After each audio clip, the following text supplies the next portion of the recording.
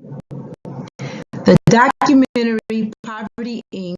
challenges current perceptions of global charitable organizations and proposes that entrepreneurship is more effective to alleviate global poverty.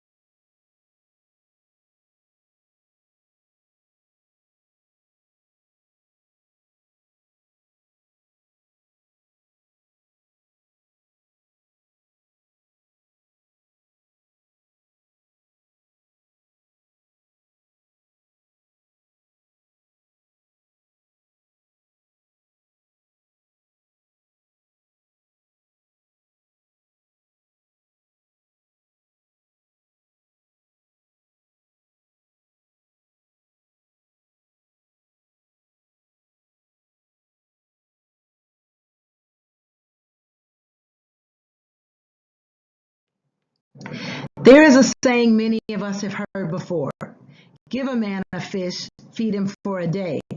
Teach a man to fish, feed him for a lifetime.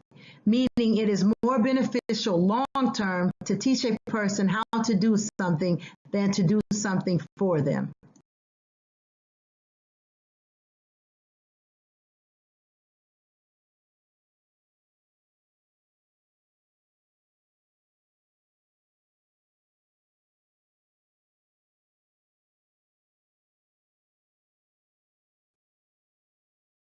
This documentary explores the many charitable organizations in the U.S. with good intentions that donate to other countries in time of need.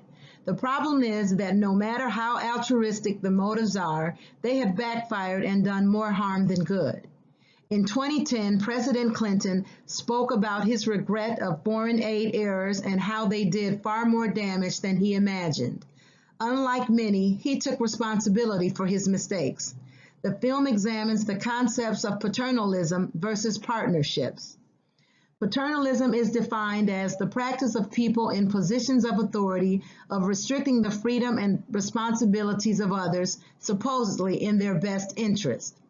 Partnership is defined as an arrangement in which two or more people share the profits and liabilities of a business arrangement. The first example given was an egg farmer, Jono, in this small community outside of Kigali in Africa. Shortly after the Rwandan genocide, Jono started a small egg business. He invested his life savings in all the materials that he needed to start his business. As his business was starting to grow, one summer a church from Atlanta started sending over eggs, which they eventually ended up distributing to the same area. They wanted to help after the genocide. This seems like a great thing to do, right? The problem was that all of a sudden there was this huge surplus of eggs flooding the market in his area. So while the church did indeed take care of a need, it also put Jono out of business, and he ended up having to sell his hens. Subsequently, the next year, when the church decided to focus its attention on somewhere else in the world, since Jono was out of business, no one else was there to provide the eggs, and so they had to bring them in from elsewhere. This had a long-term negative impact on that community. After the earthquake in Haiti in 2010, America again began trying to help as much as possible. The issue was they began sending rice, which wasn't necessarily wrong or evil, but it completely replaced Haitians' dependence on rice. While it served a short-term need, the long-term implications were far more devastating. The documentary speaks of the Republic of NGOs, which essentially means that all of these humanitarian organizations show up after a natural disaster. However, some don't know how to leave, and there lies the problem. There have been numerous reports of pseudo-organizations pilfering dollars and supplies from the people that actually need it. But the unspoken truth is that these donations can forever shape the future of that nation's economy. In the instance of rice, Haitians had more free rice than they knew what to do with. Prior to the donations, it was said on average they ate rice 2 to 3 times a week. Afterwards, given the scarcity of other foods, they ate rice 2 to 3 times a day because it's hard to compete with free food. And yet again, the local rice farmers were put out of business. Another example is Tom's Shoes, created by entrepreneur Blake Mykowski.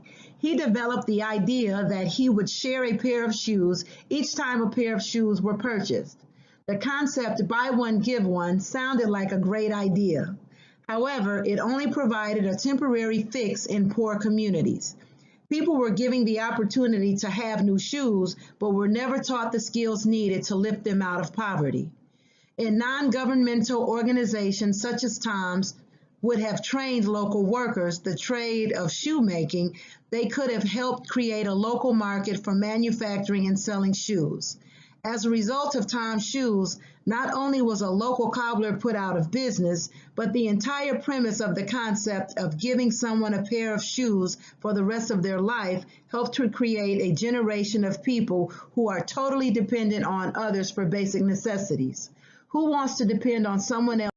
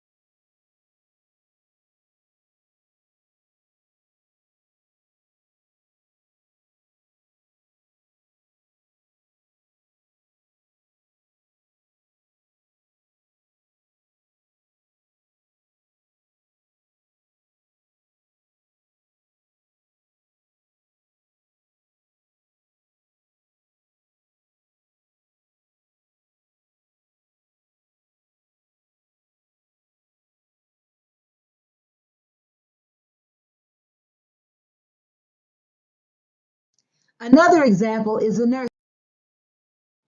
So the overarching premise of the movie is that while donations are appreciated, there are far-reaching long-term implications. As Jean-René Noel states, it's not that we don't appreciate the help, it's the fact that we did have these resources in place before the event. So people need to understand how to help in the short term without permanently damaging the existing economic vibrancy.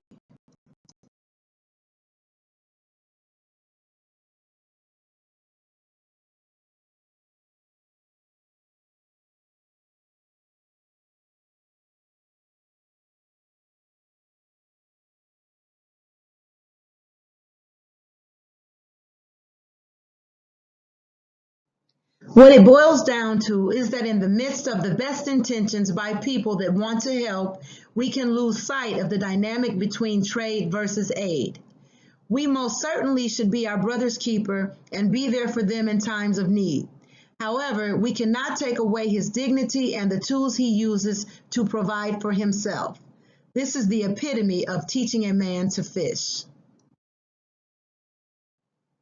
I'm Sharon Purifoy, and I thank you for listening.